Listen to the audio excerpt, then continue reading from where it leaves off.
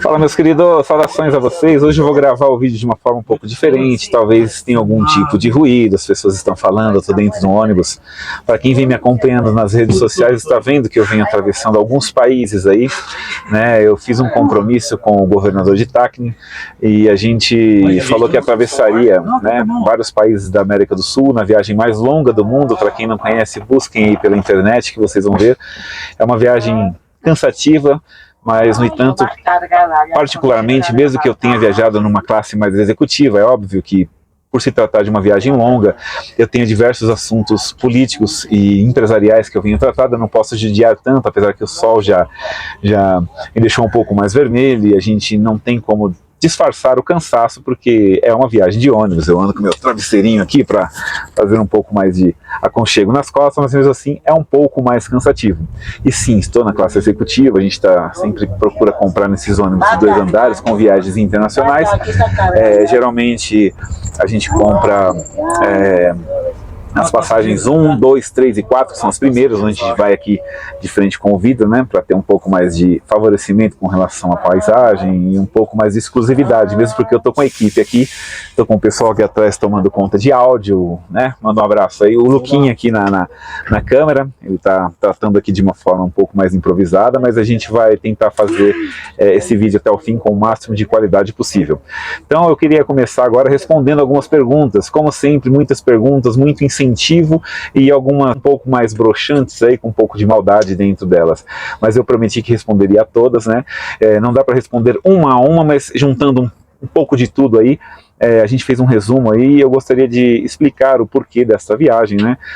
Alguns falaram, pô, Fernando, a gente vê sempre você em jato, em aviões e viajando o mundo afora, e agora está indo no ônibus, por que você está de ônibus, né? A coisa está preta? Aí não, né? Eu acabei de responder que foi um compromisso que eu fiz com alguns governantes aí dos países da América Latina, porque, para quem não sabe, eu estou compondo, né, efetivamente confeccionando uma obra muito importante, ela chama-se O Plano de Governo. Então eu estou tentando, evidentemente, mostrar a vocês o que eu faria se eu fosse um governante, o que eu faria se eu fosse um chefe de Estado, e muitas pessoas sonham com isso, ou até buscam, e ficam dentro do país, vivendo dentro daquela bolha, e tentando apresentar soluções efetivamente dentro daquilo que é a realidade dele. E eu não, eu busquei fazer um efeito contrário. Eu fui buscar diante de todo mundo, né, em vários países. Para quem me acompanha sabe que a proposta dos 42 países está de pé, faltam 11 para mim terminar, né, eu e minha equipe, e a gente tem vivido muito impacto cultural e muito impacto com relação à diversidade, né, de problemas encontrados em diversos países da Europa, na América Latina, enfim. Eu queria compartilhar um pouco com vocês aí dessas soluções. Estou dando uma força aqui para o meu câmera, que está no improviso aqui. E é isso, a gente vai vivendo o dia a dia nesses países e eu vou trazendo para vocês efetivamente, se vocês puderem entender a magnitude das viagens que eu fiz, porque algumas perguntas foram, poxa, você é comunista, você foi na Rússia falar com Putin? Eu não cheguei a falar com o Putin, eu falei com o presidente do partido do Putin, né, Vladimir Putin. Por mais que vocês não vão entender, vou ter muitas críticas talvez por estar falando isso, por mais que ele tenha dificuldade no entendimento latino da forma em como ele governa, né, por ele estar há tantos anos à frente de uma nação e manter a economia estável e ainda ser um dos primeiros do mundo. Mas ele é comunista, você conversou com o partido do Putin, com o presidente do partido do Putin, falando com comunista? Sim. Né? Eu venho tratando a minha vida inteira, eu não estou falando dos últimos 3 a 5 anos que eu me envolvi com uma incisão um pouco mais forte no viés político, onde eu fiz, né, uma pós-graduação em ciências políticas e quis entender melhor o mundo aí, com MBA, enfim. Eu venho buscando respostas no mundo inteiro, tratando-se de compor essa obra através de uma visão mais humanitária. Então eu conversei com muitas pessoas de direito, eu estive na Itália, falei com a Geórgia, eu estive em vários países direitistas.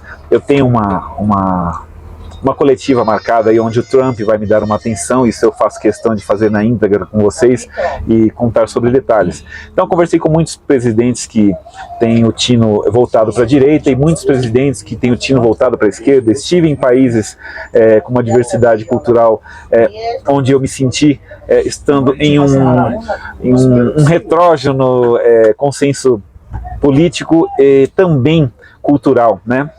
Eu estive em país onde literalmente eu vivi um impacto cultural que eu senti o Brasil dos anos 90, né? Eu tenho 44 anos e posso falar com propriedade. Eu também vivi em países onde eu imaginei que eu estivesse num país futurista, né? Posso citar alguns deles aqui, embora vocês achem que não, mas a China está muito à frente da gente com relação a essa questão cultural, numa vivência mais... O Japão também, numa vivência mais culturalmente à frente, eu quero dizer, com relação à internet, com relação à estrutura de tecnologia, enfim. Por que visitar a Rússia, Fernando, que é um país que está em guerra? Por que visitar... eu fui no Egito agora, mais ou menos nas proximidades de onde está ocorrendo as guerras lá com Israel, né, e a faixa de Gaza.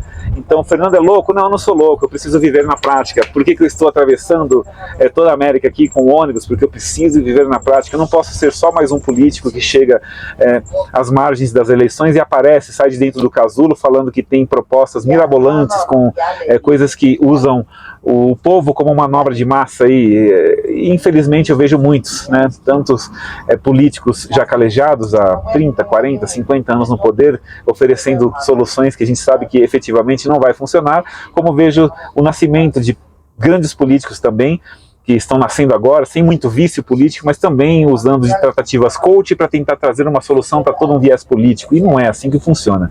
Eu posso com propriedade dizer que eu venho visitando muitos países, que eu venho visitando muitas culturas, que eu venho trazendo uma diversidade incrível de problemas que tiveram, né, nessa sensação que eu digo de retrógeno com relação a viver em países que trazem tratativas de soluções para os anos 70, 80 na nossa realidade brasileira, como países grandes como a nação efetivamente russa. Então, eu visitei países gigantescos, sim, que têm administrativa tratada de uma forma diferente para países gigantes. Quando eu falo de soluções para países menores, e eu visitei toda a Europa, todos os países praticamente da Europa, acho que faltam 2 ou 3 lá para a gente falar que colocamos o pé. Os Estados Unidos, eles são muito bons no que fazem, o Putin é muito bom na tratativa daquilo que eles fazem, e a gente tem que adaptar toda essa questão para dentro da nossa realidade, né?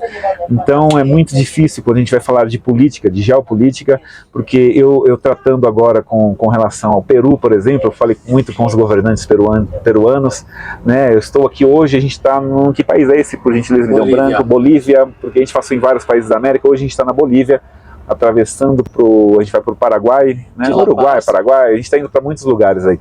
E conversando com governantes, estarei com o presidente da República Paraguaia, né? Então eu não faço acepção de pessoas, eu escuto os dois lados, eu escuto muito a esquerda, eu escuto muito a direita. Então todas as críticas que eu vejo, essa polaridade que a gente vive hoje no Brasil, é mera troca de poderes, usando o povo como manobra de massa, e isso não é interessante para um futuro. Nós temos que, evidentemente, buscar uma solução para a cura social, e eu bato na tecla, eu venho trazendo muito da cura social para todos vocês. Nos últimos 1 ano e meio, 2 anos, vivemos uma diversidade imensa, e assim, vocês não achem que o mundo está diferente, a coisa está pegando fogo. A gente vê Israel agora com a guerra, mas a Rússia também está em guerra. Eu visitei um país em guerra, né? Eu estive lá presente, né? Eu fui no Egito porque eu queria chegar até a faixa de Gaza, eu gostaria de ter chegado até Israel, não consegui. Foi realmente, ainda que eu tivesse por trás de mim alguns convites presidenciais e algumas, eu chamaria de anomalia política, porque não é normal o que esses caras conseguiram para mim. Mas eu cheguei muito próximo, eu filmei bastante coisa, tem muito material que eu vou soltando ao longo da minha trajetória aí. E é isso. O que eu queria... Uma das perguntas principais que fizeram aí, por que eu estou fazendo essa trajetória de ônibus, né, a transoceânica, ou efetivamente, como as pessoas chamam aqui, de interoceânica, que acho que é a nomenclatura mais correta, né, a gente viu... fez um pequeno estudo, a gente sabe que está sendo muito mal utilizada. Tem um estudo aí que fala que de 2009 a 2019 rodaram aproximadamente 240, 250 milhões de dólares e não foi utilizado nem 18%, eu diria, em cima da transoceânica. Por quê? Porque a transoceânica ou interoceânica não foi utilizada, né? A gente viu que, eu não estou trazendo à tona novamente, mas são próprias palavras do Joesley Batista, que acabou trazendo ali a inclusão, né, de uma propina muito grande aí, a gente sabe que isso não foi muito bacana, porém a obra está pronta, é uma obra faraônica, né? E esse 18% totaliza uma faixa de 40, 46 milhões que foi utilizada ali, muito mal utilizada por sinal, né? Porque eu vejo que hoje com Xangai, por exemplo, construindo ali a cerca de 70, 80 quilômetros de distância entre Lima, né? É um mega porto e ele pode ser muito mais bem utilizado. Então, Fernando, o que você anda fazendo aí falando em nome de governo? Eu não estou falando em nome de governo, eu estou criando, né, um plano de governo e eu vejo como uma grande saída para o Brasil, principalmente para a zona centro-oeste, zona norte ali, embora eu tenha feito muitas viagens por Nordeste também, Rio de Janeiro, Minas e São Paulo é a minha casa, uma das soluções que eu vejo cativamente falando ali por conta de muitos grãos, hoje nós somos os principais exportadores de grãos, para quem não sabe, no mundo. Então, gente, por que não utilizar ali esse canal que já está pronto, né? Por isso que eu venho tratando de forma empresarial, eu venho aqui como empresário tratar com governantes através de soluções governamentais, tratando viés empresarial, porque eu tenho time empresarial e eu falei com muitos empresários, Panamá, Mato Grosso do Sul, Acre, Rondônia, e enfim, a gente pegando todo aquele povo ali, todos os empresários que não tem incentivo hoje governamental e a gente conseguindo consolidar, né, um estímulo, porque hoje a gente leva de 40 a 50 dias para fazer um transbordo numa exportação de grãos, e se a gente utilizasse esse canal de uma forma otimizada, a gente poderia com certeza diminuir para 22 a 25 dias utilizando o porto de Xangai. Então, eu quis gravar de uma forma diferente, falando um pouquinho mais, de uma forma mais técnica aí, para que vocês entendessem um pouco dos meus planos, né?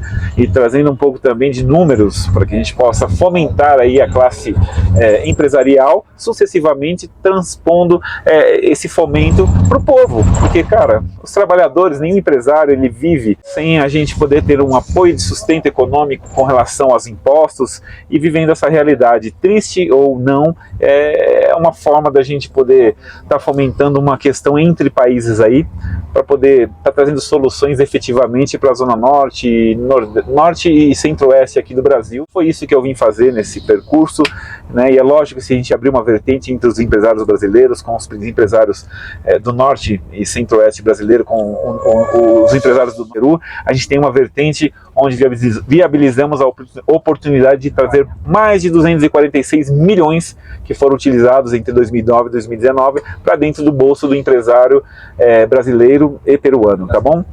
E é lógico que a gente vai utilizar desse mesmo recurso, fazendo um Ctrl-C, Ctrl-V com todos os outros países aqui da América do Sul, que a princípio é algo que eu entendo como muito importante para a economia brasileira.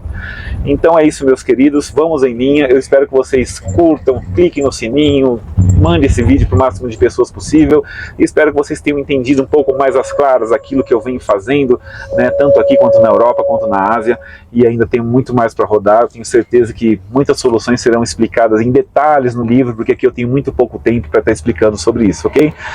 Um grande abraço, fiquem com Deus, mostra a minha equipe aqui novamente, aqui ó, tem o Ramon ali, está no áudio, o Hércules está ajudando, o Luquinha, e é isso aí, senhores. Então, mais uma vez, para todos vocês que tem obstinação, estejam obstinados pelo sucesso, faça como eu estou fazendo, saia da sua zona de conforto e siga em busca dos seus sonhos, siga em busca do objetivo para que você faça com perfeição, tá ok? E como eu sempre encerro em cima do meu jargão, eu quero dizer para vocês, vamos em linha, literalmente estou aqui em linha, se liga aí na paisagem e encerra com ela aí, tá bom? Grande abraço, até mais.